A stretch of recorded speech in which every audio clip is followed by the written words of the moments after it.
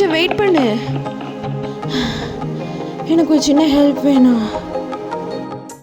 நீ என்னோட sports கிரேட்டை improve பண்ணுறதுக்கு ஹெல்ப் பண்ணணும். ஹெல்ப் பண்ணுறேன். காலையிலே வந்தால் கூட நல்லா தான் இருக்குது. நல்லா ஸ்ட்ரெச் பண்ணிக்கோ Aathira. Okay, let's start now. First எப்போதுமே ஸ்ட்ரெச் பண்ணக்கப்புறம் லைட்டாக லெக்ஸை வந்து ஃப்ரீ பண்ணி விட்டுக்கணும். அப்புறம் உன்னோட ப்ரீதிங்கில் கண்ட்ரோல் பண்ணி வச்சுக்கோ. எப்போதுமே நோஸால் தான் ப்ரீத் பண்ணணும். மவுத்தால் ப்ரீத் பண்ணனா உன்னால் ரொம்ப நேரம் ப்ரீத் பண்ண முடியாது. அப்படியே கண்டினியூ பண்ணால தான்.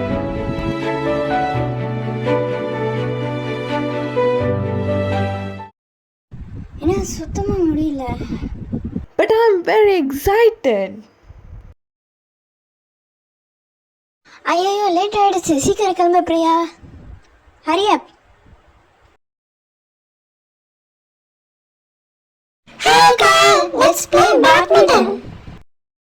சாரி காய்ஸ், இன்னைக்கு நான் கொஞ்சம் பிஸியாக இருக்கேன். இன்னொரு நாள் விளையாடலாம். பாய் பாய், see you later. பாய். காலையில் ஜாகிங் பண்ண எக்ஸ்பீரியன்ஸ் சூப்பராக இருந்துச்சுல? கொஞ்சம் கஷ்டமாக தான் இருந்தது, ஆனால் நல்லா தான் இருந்தது. எக்ஸைட்டடாக தான் இருந்துச்சு. ஒன்று நோட்டீஸ் பண்ணியா, நம்ம மீட் பண்ணும்போதே பாட்டர் சிஸ்டம் அப்ளை பண்ணியிருக்கோம். You're right. நம்ம கூட்ஸுக்கு பதிலாக சர்வீசஸை ப்ரொவைட் பண்ணியிருக்கோம். Oh wow, great. So we also performed barter system, right? Yes, we made it practically. Okay, next topic என்ன? இன்னைக்கு பார்க்க போகிற டாபிக் டெஃபினேஷன் ஆஃப் மணி. மணினா என்ன அப்படின்ற கொஷனுக்கு சொல்கிற பதில் என்னென்னா, மணி அப்படின்னா ஒரு 4 கண்டிஷன்ஸை சாட்டிஸ்ஃபை பண்ணால் அது மணின்றாங்க. என்னென்ன கண்டிஷன்ஸ்னால், accepted as medium of exchange பண்ணுறதுக்கு மீடியமாக அதை யூஸ் பண்ணணும். மெஷர் ஆஃப் வேல்யூ, அப்புறம் ஸ்டோர் ஆஃப் வேல்யூ, அதை வந்து ஸ்டோர் பண்ணி வைக்க முடியணும். அப்புறம் ஸ்டாண்டர்ட் ஆஃப் டிஃபர்ட் பேமெண்ட்ஸ், ஃப்யூச்சரில் நம்ம பே பண்ணுறதுக்கு யூஸ் பண்ணணும். இந்த 4 கண்டிஷனும் சாட்டிஸ்ஃபை ஆச்சுன்னா அது பேர் தான் மணி அப்படின்றாங்க. லீகல் டெஃபினேஷன்னா என்னென்னா, லா எதை மணின்னு சொல்லுதோ அதுதான் மணி. கரெக்டு தானே Athira? Exactly. I hope you can explain legal tender and non legal tender money too. Legal tender மணினா money that are legally acceptable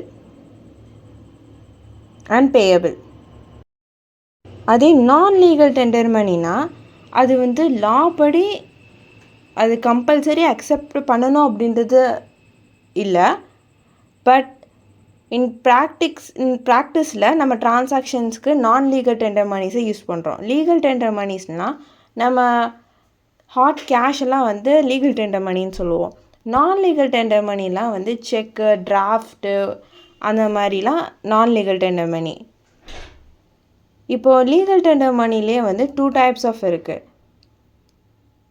limited legal tender and non limited legal tender. Limited legal டெண்டர்னால் currencies தான் நம்ம limited legal டெண்டர்னு சொல்லியிருக்கோம். So லிமிட்டடில் வந்து coins அப்படின்ற currencies வந்து limited legal டெண்டரில் போகுது.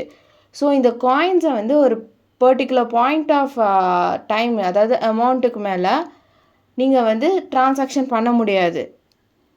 For example 1000 rupeesக்கு மேலே நீங்கள் காயின்ஸை வந்து எக்ஸ்சேஞ்ச் பண்ண முடியாது, யாருக்கோ பே பண்ண முடியாது, இல்லை ரிசீவ் பண்ணக்கூடாது. ஸோ இது வந்து இல்லீகல்னு சொல்லுவாங்க.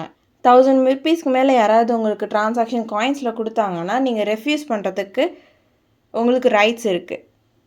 அது நான் லிமிட்டட் லீகல் டெண்டர் மணினா, இப்போது 500 நோட்ஸு 100 நோட்ஸ் அது எல்லாமே வந்து நான் லிமிட்டட் லீகல் டெண்டர்.